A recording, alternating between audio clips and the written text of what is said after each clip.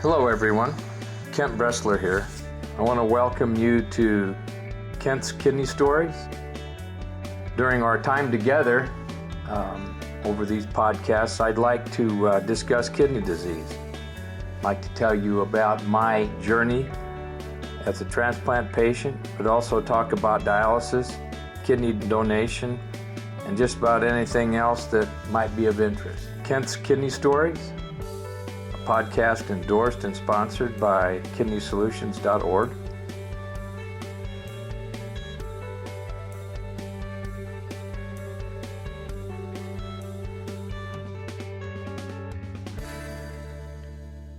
Hello, everyone. This is Kent.Bressler, and we're going to do some podcasting today. And I've got a great guest that I'm going to introduce to you here in a few minutes. But I did want to, I wanted to start this morning with prayer. So you want to bow your heads, fold your hands, bow your head. Jesus, we need your strength and power in our lives. We know apart from you, we can do nothing. We acknowledge the areas in which we feel weak and acknowledge that we need to fully rely on you. Give us strength, give us power, that we can only come to you for what it is that we need. And we praise you and thank you for all that you have done for us and all that you will do in the future. Amen. So this morning, well, it's morning where I am, depending on where you are. We're going to talk with Catherine Campbell. And Catherine has become, in my opinion, a pretty darn close friend because we're members of AAKP, American Association of Kidney Patients, but we're also kidney warriors. Now, Catherine's got a very, very interesting story. And we're going to probably jump from hither and yon. We may not stay on script, but I'm going to tell you what, we're going to learn a lot about this whole process, especially if you're out there looking for a kidney. We're going to talk about it because that's exactly what Catherine's doing. She's looking for a kidney donor. And so we're going to get started this morning, and I'm going to introduce Catherine. Catherine, how are you this morning? Well, I'm pretty good. I didn't have the best news yesterday. My case went to the approval committee, and living in Texas, not Arizona, I've shown to have valley fever. I was positive in August, and they thought that I would be negative in November, and I wasn't. So back to the infectious disease doctor to see what we need to do. But you know, it's been 5 years, 7 denied donors. And with your help, I had a brochure that I put on social media, Twitter, LinkedIn, Facebook, and trying to find a donor. At the same time, I've had a piece about my journey, and I believe that when there's a kidney ready for me, I will get a kidney. One option I've been given is a deceased donor, a living donor, or a donor with hepatitis C. And that's pretty much a new option. But if you have a donor with hepatitis C, they can treat you and you will be fine. So that's kind of where I am right now, waiting to hear about if I need to be treated for the valley fever or I've had it extensively at the time and there's no issue. And I'm sorry, I'm That's okay. Not a problem. That's not a problem. We know you're not falling apart. Your voice is just falling apart a little bit. No problem. You're right. So I want to share with people that this is a journey, you will encounter some wonderful people, some situations that are up and down, but with God's help, you make it through. And don't ever think that that you're the only one out there. There's many of us. And AAKP, as Kent mentioned, is a free organization with lots of education, resources, networking, and a real support system, as well as kidney solutions. They are dedicated to being there for us. And I revel in the contact that I've made with Kent and other people. So don't feel like you're a lone soldier. You're not. We're all here for you. And our journey may not exactly be the same, but we're all on a journey. We're assured of that. It's not going to be the same. Everybody's going to have different, I guess, the old saying, different strokes for different folks. Now, the issue that you have, my opinion, and we're probably going to really have to discuss this. You want to get a kidney, you want to find a kidney donor, but you're willing to take what we say, we never pass up the chance to take a kidney, regardless. It's not in the book, and you shouldn't. People shouldn't. They have a chance to make a decision like you're going to have to whether, we wanted to get a living donor. We want to be able to get a living donor. If that doesn't work out and you get a call and they have one of these kidneys for you, it's my opinion, and I think yours, that you don't pass that up. And in your case, you won't, right? No, I won't. And that's something I discussed with the kidney transplant doctor. And I'm not young, so my longevity is less than some people. And he advised, and he said he would take a kidney, whatever it was. Exactly. Thank you very much for that, because I get a lot of pushback on that. That's kind of selfish. It's not selfish, because if you don't take that kidney, somebody else is going to. They'll make that decision. Yeah. So okay. So here's a scenario. I hate to ask you this, but what decade are you in? Are you in your 7th decade? Yep. Okay, so there you are. We're both the same. We're twins. Might be brother and sister. We just don't know. I'm in my 70s also. We're brother and sister in kidney disease and under God's name. Exactly. So my point here is, I don't think age, quote, age is a determinant anymore. Not from what I'm experiencing. I have several, tell you exactly 2 people right now that are in 70, almost one that's 80, that are searching, and they've been evaluated and are healthy enough, yes, to get a kidney. All right. Bar none. Age is not a determinant. It's a cutoff. But if you are healthy on the donor side and on the recipient side, you're going to get that kidney, and the donor's going to be, it could be anyone from very young age, middle-aged, or like you said, a Hep C kidney, someone who has had Hep C, because it is treatable. Now, absolutely. let's back off here just a second, and let's talk about desert fever, of which very little is known. We do know that it's a fungal infection. Is that correct?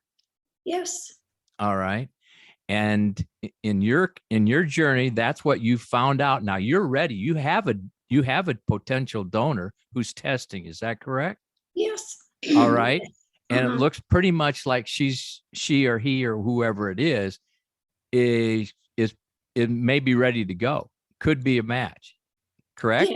Yes. The issue she has right now, she has a few kidney stones.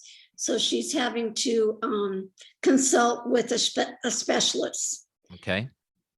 So this journey, and people need to understand this kidney journey towards transplant is fraught with danger. There's a lot of cliffs. There's a lot of times you run into the ditch. There's a lot of times you got to get back out in your lane. But in all honesty, this is not easy. Would you say Absolutely it's not easy? not. Okay.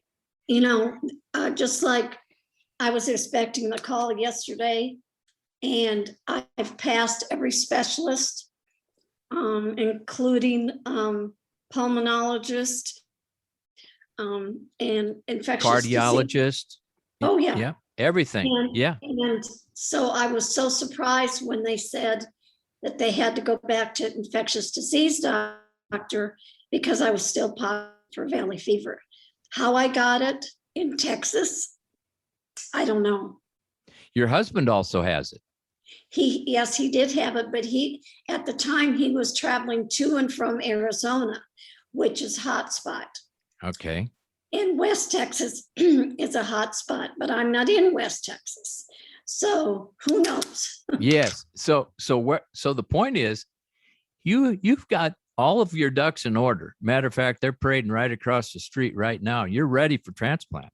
Your donors, I mean, you're like in the last chapter of this journey towards transplant. Yes. And everything's good to go, except now they're saying we're not going to do this right now because you've got this desert fever. All right. And I think that's the message, Kent, that you may think everything is smooth and it's moving along just great. And then there's a niche, but you have to learn that those glitches come along and you need to deal with them. You need to realize that life isn't smooth. The journey on kidney disease isn't smooth. So take a deep breath. Yeah, take a deep breath and then get all your ducks in a row again, but don't let it stop you. Right. This is not going to stop you. Right. Catherine, this is not something at all that's going to stop you. Now it's going to impede your journey. It's going to stop you for a little bit, but it's not going to terminate it. It's No. not, this is going to continue. We're going to fight on. And that's the important takeaway here. Okay. So we finally realized something that's a block. How we get around it. How do we drive around it? How do we go over the top of it? How do we go through it? But we're going forward. We're not stopping. Right? Yes, Okay. sir. All right. So I guess what it's going to boil down for you, and I'm saying guess because this is your job. You're responsible for this whole process in conjunction with your medical team.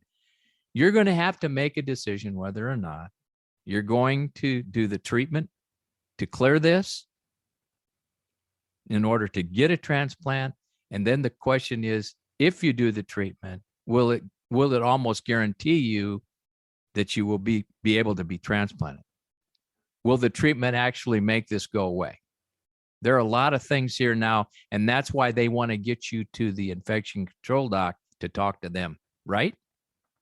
Yes, and I've talked to him before on video, and he thought it was just a glitch in a test and didn't seem to think that this would impede my donation. So I guess I'm holding out just a little bit that he will agree that we can still move forward. Yeah, clear, exactly. That's the positive part of this. Yes. It doesn't hold on him because the option is treatment, but it's also an option, with precautions, they could still go on with the surgery, bar none. I do have a few nodules in my lungs that I've had for a long time. I've had multiple CAT scans. 3 different pulmonologists have looked at the old CAT scans on my chest and the new ones, and they gave me a green light to move forward on the. So, again, there's just a lot of idiosyncrasies that might come out. Sure. But you have to stay positive and believe that the right thing is going to come at the right time. You think, this is how I believe you're processing this. I'm not going to deal with anything until I'm faced with it. I'm not going to anticipate anything. I'll deal with it when I find out about it. right? Yeah, And right. that's pretty much the best way to do that. I agree wholeheartedly. You can't anticipate. You just have to deal with what it is. Okay. Once you're faced with it, that's when you make your decisions. That's when you can make a good common health decision. And that's where you're at. And you can worry all day long. You can get depressed and have anxiety, but it's not going to change anything.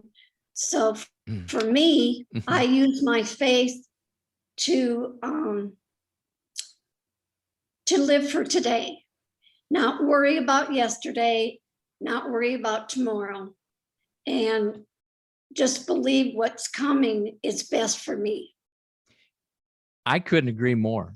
That's the part of faith that's most resounding. When you talk about faith like that, Catherine, you're in it. You know what's going on. Yeah. Okay. And you are in control. Your education, you have vast amount of education and experience. All right. Matter of fact, I made reference to your name being Campbell. You have soup behind your name, i.e., many awards, but it all boils down now to use that information that you've garnered over your life to make a sound decision with your medical team. And that's exactly what you're doing. Totally. Yeah. So, and I hope in the future, which we kind of talked about, I'd like to be able to share with others that there is tomorrow and that we can all be supportive of each other and know that the Lord is looking out for us in the best manner that we need to live. that's right. That plan's already in motion. Yep. You're already walking that path. And thank God we're walking with God.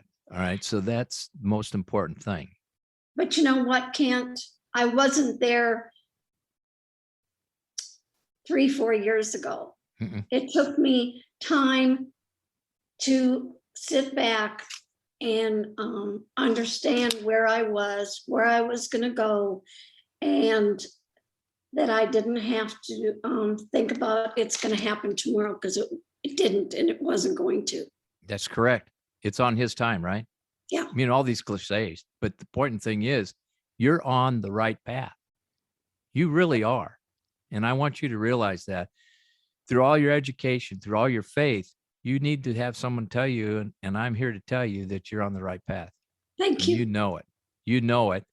And yeah, we're going to do a lot of things. We're going to do it. But right now, we want to focus on getting you cleared so you can get your transplant. I think that really ought to be the focus. Do you believe the same way? I agree. Yes. So that's essentially what we're going to do in our journey together, and whoever else you come in contact with. I think that's your focus right now.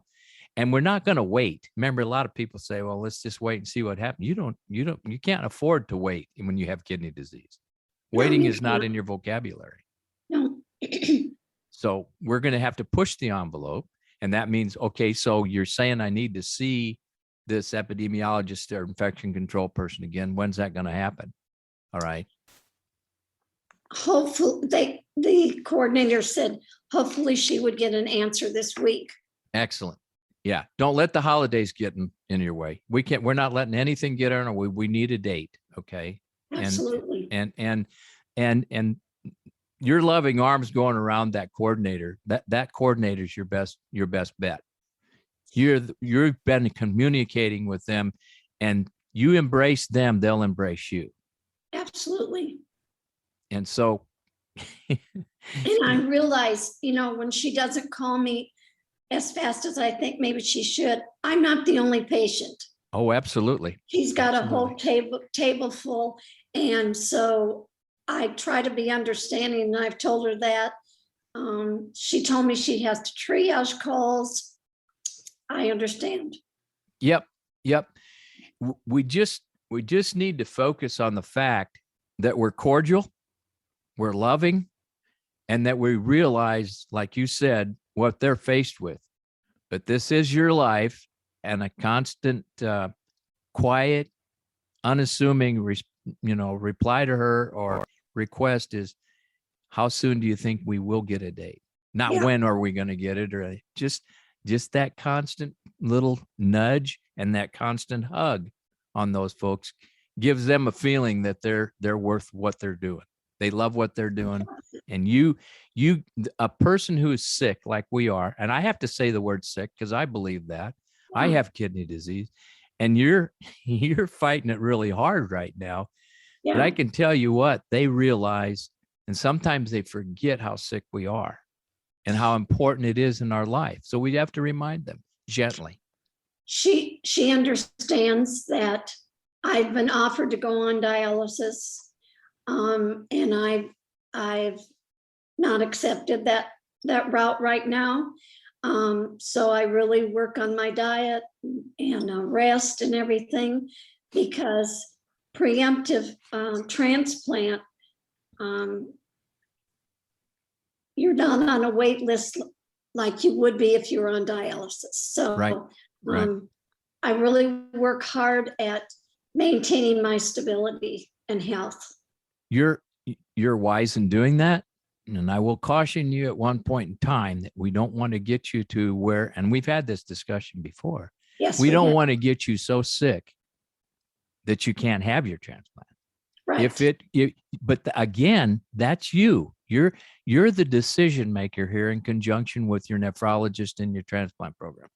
Yeah. They're going to advise you, but I can tell you, we really need to make sure we're focusing on when we get clearance. I see that as the deal, this epidemiology clearance, and then we can go from there. It's a step-by-step process. We're not going to look forward. That's the next step. Let's get that done and then go from there. Okay. I think you're comfortable with that.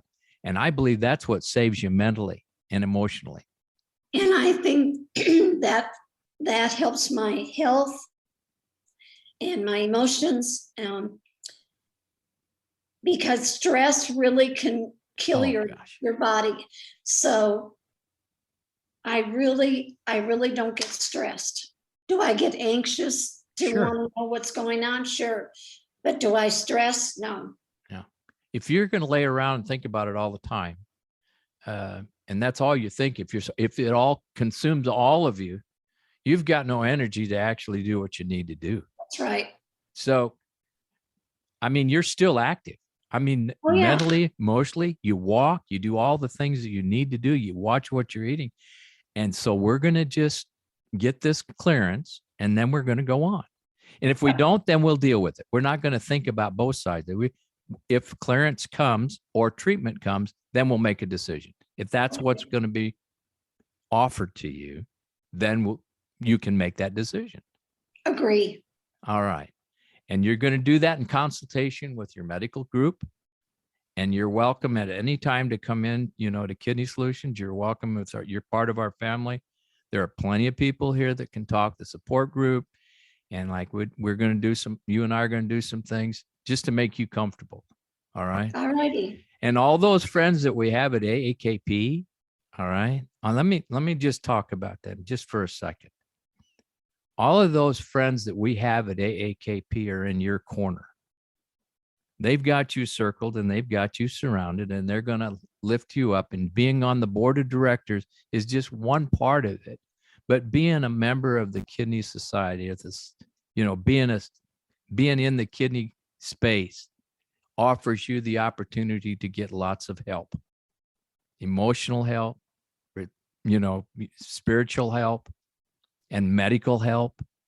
But it's not to tell you what to do. It's to offer things that have worked for others, and then you get to apply them. You're still the boss. You're still the one who makes the decision. And I just want you to know that Kidney Solutions and AAKP are here for you, and you know that. Yes, thank you. Okay. If you guys out there are thinking anything about a possibility of donating, give me a call at Kidney Solutions. That's 830-285-2140. And Catherine, we get this information you can never have too many donors, right? We want to Right. make darn sure that we have a pocket full.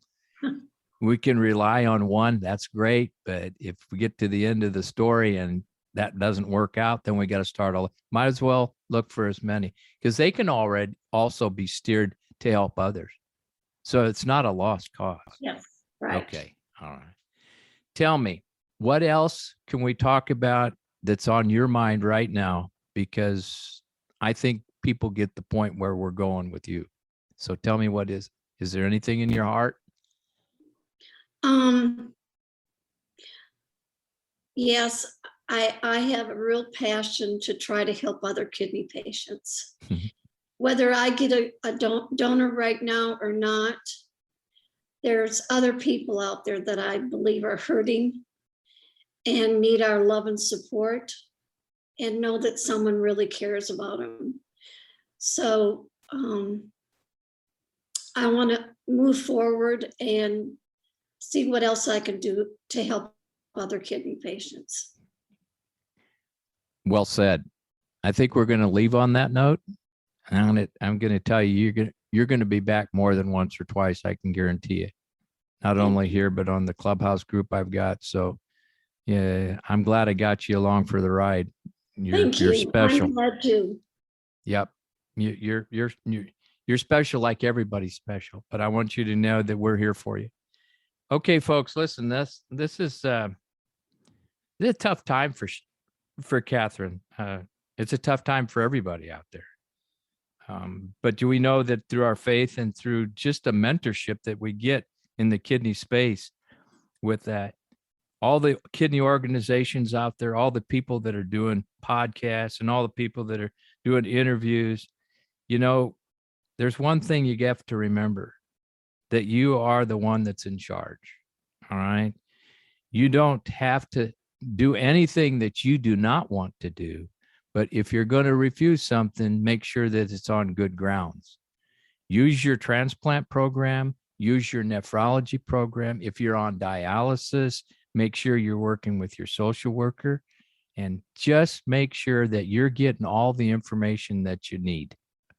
Good information, so that you can make a profound decision, not a guess, a good decision for your own well-being. And with that being said, keep breathing.